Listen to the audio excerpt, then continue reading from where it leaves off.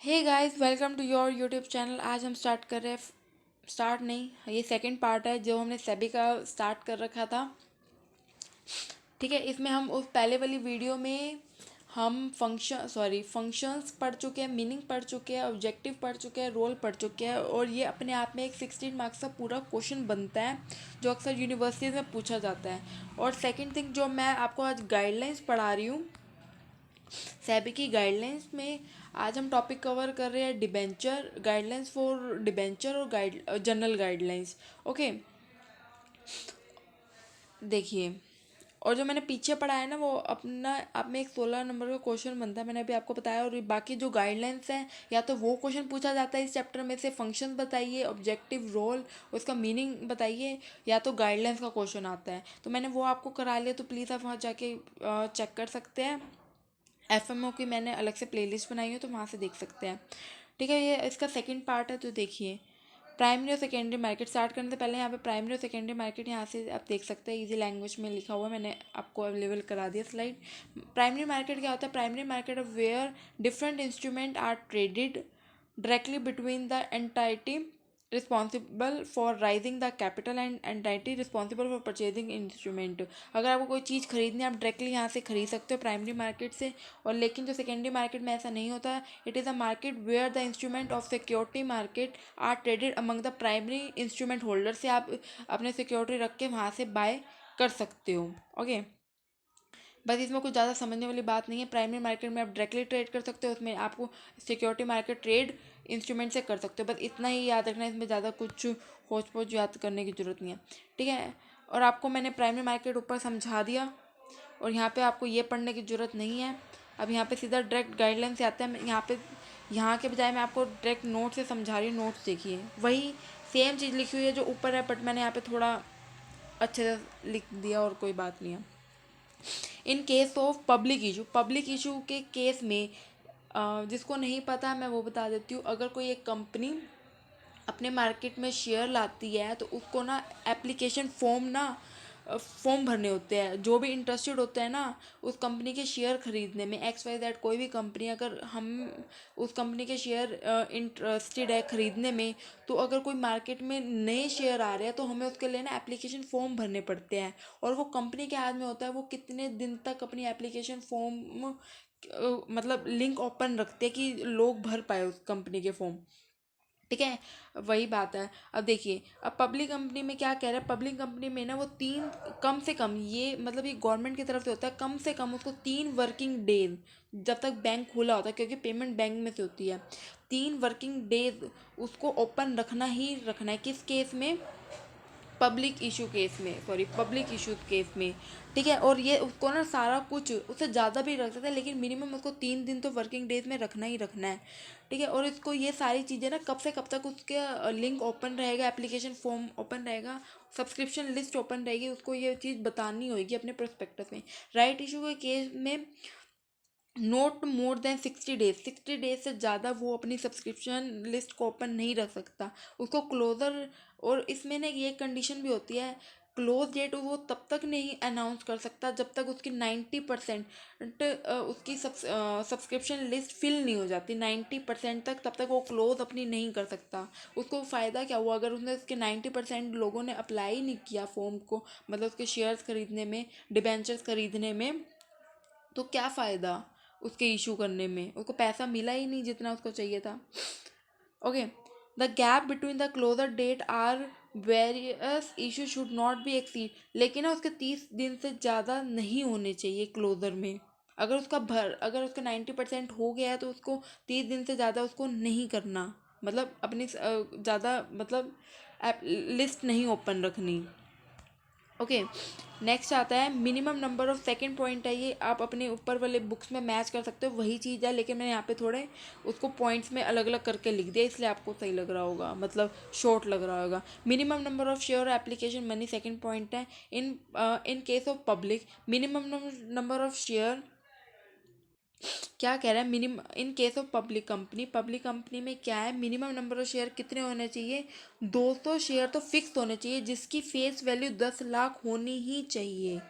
अगर कोई company issue कर रही है, तो उसके 200 शेयर तो पक्का पक्का और 10 लाख उसकी फेस वैल्यू होनी चाहिए। Minimum number 25% of share. Minimum application मतलब क्या कह रहा है, जो उसका जो अगर कोई कंपनी अपने शेयर इशू करती है ना, तो उसको पहले जब पहली इंस्टॉलमेंट जब लोगों को देनी होती है ना, तो उसका 25% जितना अमाउंट, मानो उसने 10 रुपये रखा है ना, 100 रुपये ले लेते हैं। अगर उसका एक शेयर का प्राइस 100 रुपये है, तो उसको एक शेयर पे 25 रुपये तो पहली इंस्टॉलमेंट पे इशू शेयर पे लेने ही लेने हैं हर बंदे से, एक शेयर के प्राइस पे। Okay. When company issue at a premium या कंप्रेस पे करती है, मतलब कन्वर्टिबल और नॉन कन्वर्टिबल पे, तो उसका क्या करना है, amount of application not less than 5,000, उसको 5,000, तो अगर इशू प्रीमियम या कन्वर्टिबल और नॉन कन्वर्टिबल डिवेंचर पे करती है, उसके अमाउंट की एप्लीकेशन का अमाउंट कम से कम 5,000 तो होना चाहिए, इरिस्पेक्टिव ऑफ प्रीमियम। प्रीमियम का तो अलग चार्ज करेगी लेगी, लेकिन 5,000 तो होना ही चाहिए जब उसको पहली इंस्टॉलमेंट अगर कंपनी अपने शेयर होल्डर से ले रही है तो। ओके। ये हो गया। अब लास्ट के 2 पॉइंट मैंने आपको, ये 2 पॉइंट बता दिए, अब लास्ट के 2 पॉइंट। ठीक है, ये 2 पॉइंट ऊपर वाले मैंने आपको बता दिए। ओवर सब्सक्रिप्शन क्या होता है? ओवर सब्सक्रिप्शन यार आपको पता ही है। ओवर सब्सक्रिप्शन क्या होता है, अगर एक कंपनी का जितना जितना मतलब एक कंपनी ने सोचा है कि उसको 1 लाख शेयर बेचने हैं, अपने कंपनी के 1 लाख शेयर बेचने हैं, तो वो उतने ही बेचेगी। ये नहीं कि उसको ये दिख रहा है कि हमारे पास एप्लीकेशन 1 लाख हमारे पास शेयर थे और एप्लीकेशन हमारे पास आ गई 1 लाख शेयर के बजाय हमारे पास 3 लाख शेयर्स की आ गई एप्लीकेशन। ये नहीं होगा। कंपनी ने जो डिसाइड किया वो प्रोस्पेक्टस में उन्हें पहले ही बता देता है कि हम इतने लाख शेयर अपने बेचेंगे, तो वो उतने ही बेचेंगे। ये नहीं कि उसको दिख रहा है कि हमें इतना लोग अप्लाई कर रहे हैं तो हम अपने 3 लाख शेयर बेच दे, नहीं, ऐसा नहीं हो सकता।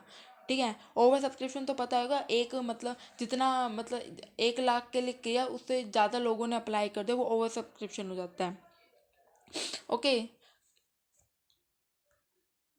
नेक्स्ट है कंप्लायंस रिपोर्ट। कंप्लायंस रिपोर्ट ना एक टाइप का ना मतलब टैक्सीज एक ना रिपोर्ट तैयार की जाती है, जैसा जो पैसा आ रहा है, टैक्स कितना पे हो रहा है, उस चीज़ से रिलेटेड रिपोर्ट होती है। और जो चार्टर्ड अकाउंटेंट की ड्यूटी होती है विद क्लोजर से विद इन 45 डेज के अंदर उसको वो सबमिट करानी होती है। ओके। अब आगे आता है हमारा टॉपिक गाइडलाइंस फॉर डिबेंचर। ये आपने अभी तक पढ़ा है जनरल गाइडलाइन, जिसमें 4 बेसिकली पॉइंट है, वो मैंने आपको ऊपर बता दिए। जो चीज़ नोट्स में बनाने वाली थी वो मैंने नोट्स में कन्वर्ट कर दी। अब आता है डिबेंचर, गाइडलाइंस फॉर डिबेंचर। यहाँ पे सीधा डायरेक्ट लिखा हुआ है गाइडलाइंस फॉर डिबेंचर। आपको ऐसा नहीं करना, जब आप पेपर में लिखे तो आपको पूरा बताना है कि डिबेंचर होता क्या है। ओके। यहाँ पे मैंने आपको प्रोवाइड किया, इसके अलावा मैंने 2 स्लाइड और प्रोवाइड किया है, तो आप एक बारी स्क्रीनशॉट लेना है, स्क्रीनशॉट ले लीजिए।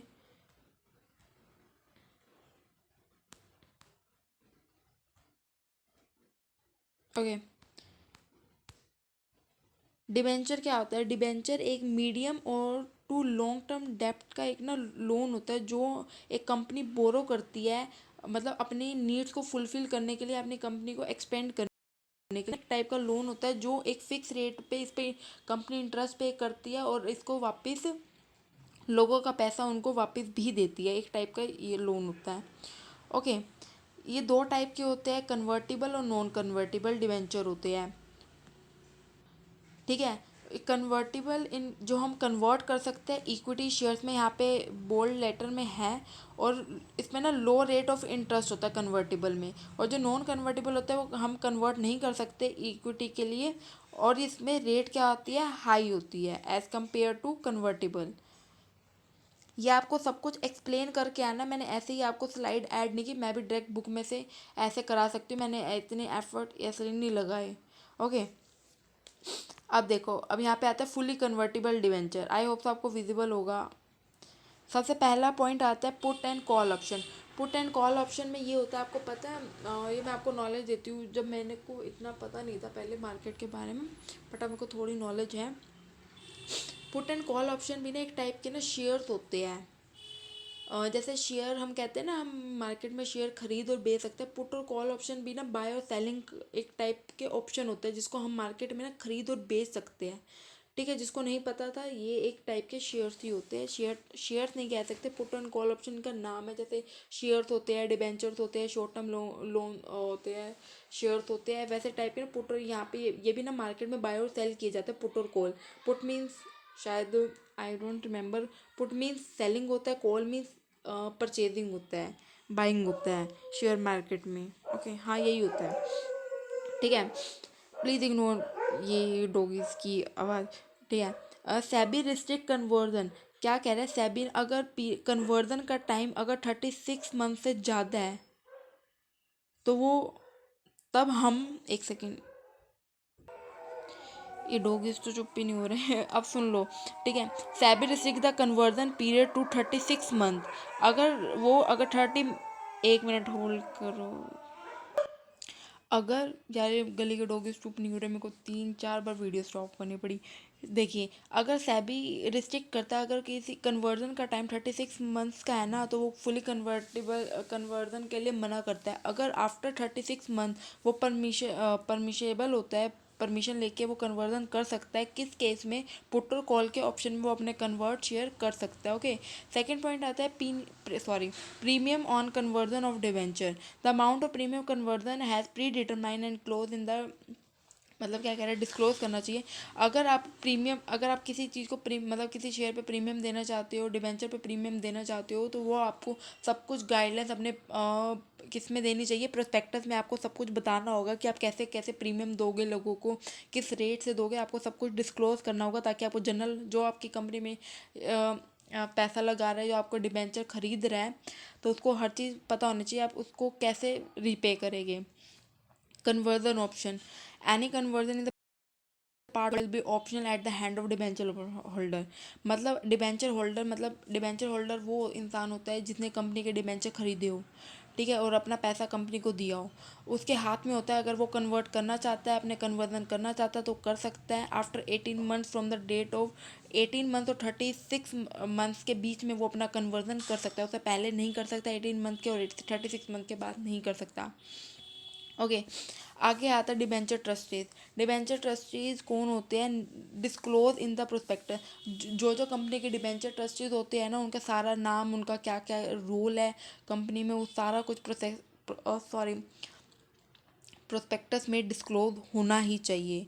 और द ट्रस्टी डीड, जो ट्रस्ट डीड होते हैं जिसमें सारी टर्म्स एंड कंडीशन लिखी होती है, वो 6 मंथ के अंदर क्लोजर से पहले इशू के 6 मंथ का टाइम दिया जाता है डिबेंचर को, जो होता है उसमें 6 मंथ से पहले पहले ना उसको सारा जो कि ट्रस्ट डीड बन के मिल जानी चाहिए लोगों तक। ठीक है, और ये कुछ नहीं है उसमें, ट्रस्ट डीड के अंदर सारी क्या ऑब्लिगेशंस क्या है, रिस्पॉन्सिबिलिटीज डिबेंचर ट्रस्टीज़ की क्या है, सारी ट्रस्ट जो डिबेंचर ट्रस्टी से रिलेटेड इन्फॉर्मेशन, उनकी गाइडलाइंस, एक क्या क्या चीज़ें हैं ना, क्लोजर से पहले सब कुछ सबमिट हो जाती है लोगों तक भी और सेबी तक भी। पहले सेबी में सबमिट होगी तो फिर लोगों को पता चल जाएगी एंड फाइनल में कि उसमें क्या क्या चीज़ है, क्योंकि वो प्रोस्पेक्टस में लिखा जाता है और जनरल पब्लिक तक, डिबेंचर होल्डर्स तक पता चल जाता है। ओके, नेक्स्ट आता है नॉन कन्वर्टिबल डिबेंचर और पार्शली कन्वर्टिबल डिबेंचर। ये तो मैंने लिखा है, देखिए। डिबेंचर रिडम्पशन रिजर्व, पहला पॉइंट क्या है, डिबेंचर रिडम्पशन रिजर्व। पिछले 1 घंटे से लगी हुई वीडियो बनाने में और सिर्फ अभी तक 13 मिनट की बनी है। देखिए, डिबेंचर रिडम्पशन रिजर्व क्या होता है, इसका फर्स्ट, मैंने इसको ना ब्रेक कर दिया क्योंकि वो बहुत बड़ा और ना बच्चों को समझ नहीं आता। ठीक है, फर्स्ट पॉइंट में मैंने क्या लिखा है, नॉन कन्वर्टेबल डिबेंचर ना मेच्योरिटी मोर देन 18 मंथ्स। अगर अगर नॉन कन्वर्टेबल डिबेंचर की मेच्योरिटी अगर 18 मंथ से ज़्यादा है ना, तब वो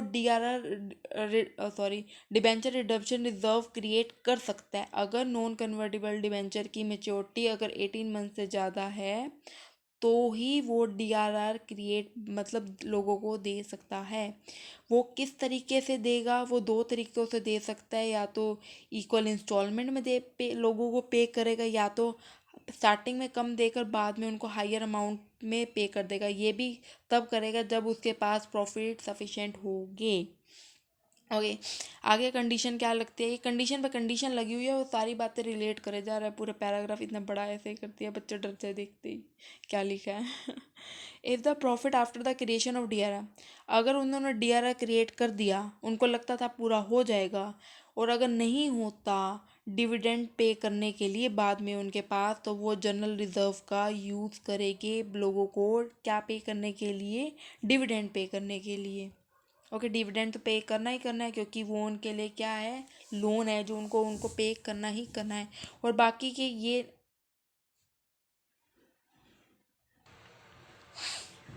ठीक है। और जो मैंने अब तक आपको जो उसमें आपने देखा है, वो मैंने यहाँ तक पढ़ा दिया है, और इतना ही सफिशिएंट है। और जो ये बाकी का लिखा हुआ है, इन्होंने और कंडीशन जोड़ दिया, 20% अगर उनके पास डिक्लेयर नहीं करता एग्जिस्टिंग कंपनी में, कुछ नहीं है, बस रीड इट, और उसके अलावा कुछ नहीं है। जितना मैंने लिखा है उतना सफिशिएंट है आपके लिए। और जैसा मैंने क्रिएटिविटी दिखाई है, तोड़ तोड़ के लिखा है, और टीचर पढ़ भी लेता है, और इससे ना शीट भी भर जाती है, मैं सच बता रही हूँ। और ना मैं ऐसे करती थी। इसे नंबर मिलते हैं, वैसे बताना नहीं चाहिए, ऐसे बिगाड़ देने वाली बात होती है बच्चों को, बट नंबर मिलते हैं बच्चों, क्या करूँ मैं। इसको ऐसे लिख के आना, एक शीट से 1.5 शीट, जो मैंने अभी लिखा है ना, 1 से 1.5 शीट भर जाएगी। देखो मैंने A4 शीट लिखी थी तो उतना भर गया, आप लिख के आओगे वो शीट चौड़ी होती है। सॉरी बट मिसगाइड नहीं कर रही, नंबर लेने हैं यहाँ पे, बच्चे पढ़ते हैं नंबर लेने के लिए ही है। तो ऐसे ही नंबर मिल जाता है, आप ऐसे लिख आना, और फिर एक्सप्लेन कराना, जैसे मैंने पॉइंट तोड़ तोड़ के डायग्राम एरोस के थ्रू किया, आप भी ऐसे कराना, और ना ऐसे नीचे एक्सप्लेन कराना, तो आपकी इसी इसी में एक ही पॉइंट के अंदर अंदर आपकी ना एक आगे पीछे मिला के एक शीट भर जाएगी। बट सॉरी, मैं ऐसे मिसगाइड नहीं कर रही, बट नंबर लेने हैं, जैसे मर्जी ले लो। एक शीट, ये देखो खुद देखो, ये एक शीट का है, और ये 16 नंबर में पूछा जाता है, तो क्या लिखोगे, ऐसे ही लिखोगे। ओके, तभी मैं कहती हूँ, मैं आपको मतलब पेपर अटेम्प्ट करने का तरीका भी बताऊंगी। यहाँ पे कुछ नहीं है, कंडीशन 20% के डिक्लेयर किया, एग्जिस्टिंग कंपनी अगर मतलब अगर कंपनी कोई 20% से ज़्यादा डिविडेंड पे करती है ना, डिक्लेयर करती है कोई भी एग्जिस्टिंग कंपनी, मैं बता देती हूँ, एग्जिस्टिंग कंपनी, मैंने कुछ ज़्यादा ही आइडिया दे दिया आपको। एग्जिस्टिंग कंपनी अगर देती है ना, 20% से ज़्यादा डिविडेंड डिक्लेयर करती है, तो उसको ना परमिशन लेनी पड़ती है, अगर वो कह रही है तो। ऐसे ही नहीं मुँह उठा के कह देगी हम 20% डिविडेंड देगी, उसको सब कुछ पहले परमिशन लेनी पड़ती है, किससे, इंस्टीट्यूट से, इंटरेस्ट डेप्ट रेट से, उसको ऐसा सब कुछ परमिशन लेनी पड़ती है। ओके, आगे आता है debenture of less than 18 month duration. अगर डिबेंचर यहाँ पे क्या आता है, 18 मंथ से ज़्यादा था, अभी पीछे पढ़ाया मैंने, अगर 18 मंथ से ज़्यादा मतलब उसका लेस है, सॉरी लेस है, तो क्या है, उसको डीआरआर क्रिएट करने की उसको चार्ज नहीं लगेगा। ओके, सॉरी, क्या है, if the maturity period of debenture is less than 18 month, it is not necessary to create create और अपॉइंट ट्रस्टीड, अगर और क्रिएट डीआरआर, उसको डीआरआर क्रिएट करने की नीड नहीं है, उसको ट्रस्टीड अपॉइंट करने की ज़रूरत नहीं है, और उस पर अगर वो क्रिएट करती है तो उस पर कोई चार्ज नहीं लगेगा। नेक्स्ट आता है प्रोस्पेक्टस ऑफ पीसीडी और एनसीडीए, अगर the premium amount shall be pre determine at the of conversion, जो उसका प्रीमियम, अगर वो प्रीमियम अमाउंट दे रही है, तो वहाँ पे कन्वर्जन के टाइम उसको बताना होगा, उसे पहले बताना होगा, डिस्क्लोज करना होगा, किसके अंदर, प्रोस्पेक्टस के अंदर, कुछ भी हो लिखाना भाई, प्रोस्पेक्टस के अंदर सब कुछ हमें, मतलब वो डिस्क्लोज करेगी लोगों को, पब्लिक को। और amount of redemption, period of maturity, और ना इसमें ये भी बताना होगा कि अगर आप कोई, मतलब जो भी हम डिबेंचर होल्डर्स होते हैं, अगर हम कंपनी के डिबेंचर्स बाय कर रहे हैं, तो हमें कंपनी बताएगी कि वो हमें पैसा कब वापस देगी, और किस इंटरेस्ट के साथ देगी, कब रिडीम करेगी, मैच्योरिटी पीरियड 1 साल का होगा, 2 साल का होगा, 4 साल का होगा, 10 साल का होगा, जितना भी होगा। ओके, आगे आता है disclosure of issue of debenture, वो बताएगी disclosure related to release of debenture, issuing कब होएगी, फ्यूचर डेप्ट रेशियो क्या होएगी, ड्यू डेट क्या होगी, जो मैंने अभी ऊपर आपको पहले ही बता दिया कि लास्ट डेट कब होगी, पेमेंट ऑफ इंटरेस्ट कैसा होगा, सब कुछ वो बताएगी। आगे आता है roll over the non convertible proportion, यहाँ पे मैंने एक स्लाइड और ऐड किया भाई इस चीज़ की, देखो वो क्या होता है रोल ओवर करना।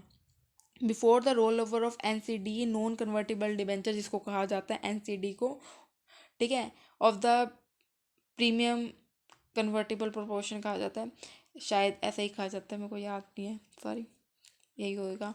ए fresh credit rate shall be obtain within the period of, एक फ्रेश क्रेडिट रेट बताई जाएगी 6 मंथ जो रिडम्पशन से पहले आपको बताई जाएगी 6 मंथ के अंदर अंदर redemption and communicate to debenture holder before roll over आपको बताई जाएगी और आपसे कम्युनिकेट किया जाएगा, सब कुछ किया जाएगा। ये है सिंपल और सरल भाषा में, ठीक है।